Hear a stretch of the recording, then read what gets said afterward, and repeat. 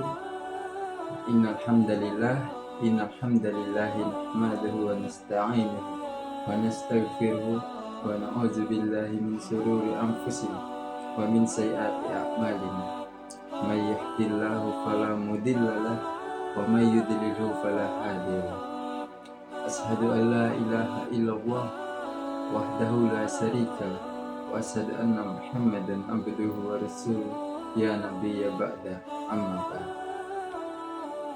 Pertama-tama dan yang paling utama, marilah kita panjatkan puja dan puji syukur atas kehadirat Allah Subhanahu wa Ta'ala yang telah memberikan kita nikmat, yakni nikmat iman, Islam, lebih-lebih nikmat kesehatan.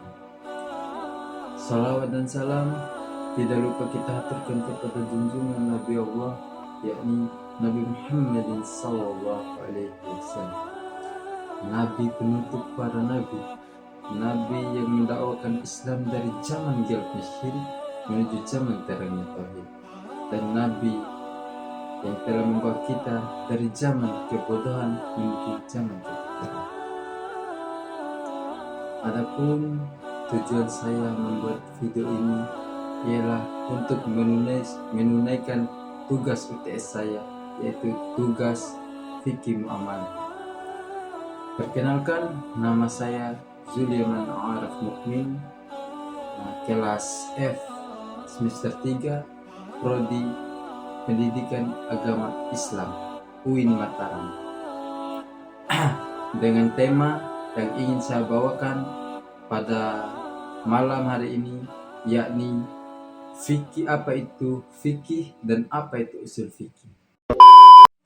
Baik, definisi apa itu fikih, yaitu fikih secara bahasa atau berasal dari bahasa Arab, yakni faqaha yafqahu fiqha, yang berarti paham atau mengerti. Secara bahasa, fikih berarti pemahaman yang benar tentang apa yang diharapkan. Definisi istilahnya atau secara istilahnya, fikih adalah ilmu tentang hukum-hukum syariat yang bersifat praktis yang diperoleh melalui dalil-dalil yang terperinci. Sedangkan ruang lingkup fikih ialah mencakup berbagai aspek kehidupan manusia, termasuk ibadah, muamalah, interaksi sosial dan ekonomi, dan norma-norma sosial. Sedangkan sumber hukum fikih bersumber dari Al-Quran, sunnah, hadis atau ijma. Al-Quran ini ialah perkataan Allah yang ada di dalam kitab-kitab suci Al-Quran itu. Sedangkan sunnah adalah perkataan Nabi, perbuatan Nabi. Bisa dibilang saat ini adalah hadis. Ijma ini adalah kesepakatan para ulama. Baik, saya akan menjelaskan apa itu usul fikih. Usul fikih adalah ilmu yang mempelajari kaidah-kaidah atau metode yang digunakan untuk menetapkan hukum-hukum syariat dari sumber-sumber utamanya. Dengan kata lain, usul fikih adalah ilmu tentang dasar-dasar dan kaidah-kaidah yang digunakan untuk menghasilkan hukum fikih. Definisi etimologisnya, usul fikih berarti dasar atau pokok, sedangkan fikih berbeda dengan fikih. Fikih ialah bermakna pemahaman mendalam tentang hukum-hukum syariat. Secara istilah ialah memahami dalil-dalil fikih secara global, bagaimana menggunakannya dalam menyimpulkan sebuah hukum fikih, dan bagaimana beristihad. Sedangkan metode usul fikih itu ada 7. Yang pertama ialah Al-Quran, yang kedua adalah sunnah, yang ketiga itu ijma, yang keempat ialah qiyas, yang kelima ialah ihtisan, yang keenam ialah maslahah mursalah, yang ketujuh adalah urf. Jadi saya akan menjelaskan metode-metode ini. Yang pertama Al-Quran. Al-Quran ialah pedoman yang kita anut sekarang adalah perkataan-perkataan dari Allah Subhanahu wa Ta'ala, yang dimana semuanya itu benar. Yang kedua, sunnah.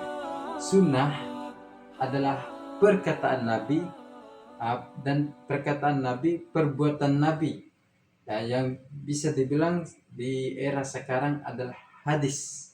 Itu adalah perkataan dan perbuatan Nabi. Yang ketiga adalah ijma.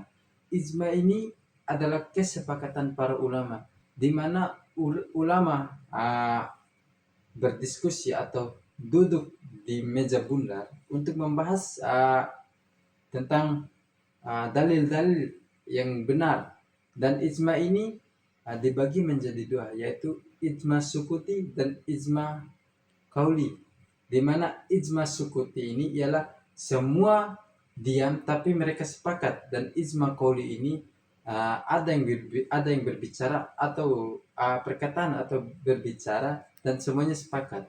Sedangkan kias adalah menggabungkan suatu dalil dengan dalil lain dikarenakan ada kesamaan ilat atau sifat.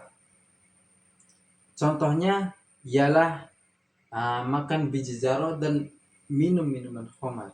Yang pertama makan biji zaro. Makan biji zaro itu sifatnya ialah memabukkan, ilatnya sama dengan minum khamar.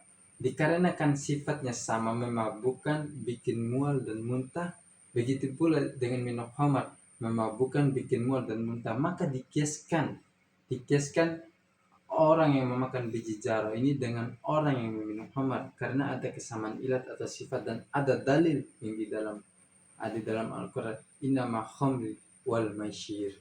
Mungkin sekian tugas dari saya, lebih dan kurangnya saya mohon maaf. Wabillahi taufiq wal hidayah. Assalamualaikum warahmatullahi wabarakatuh. Mataram.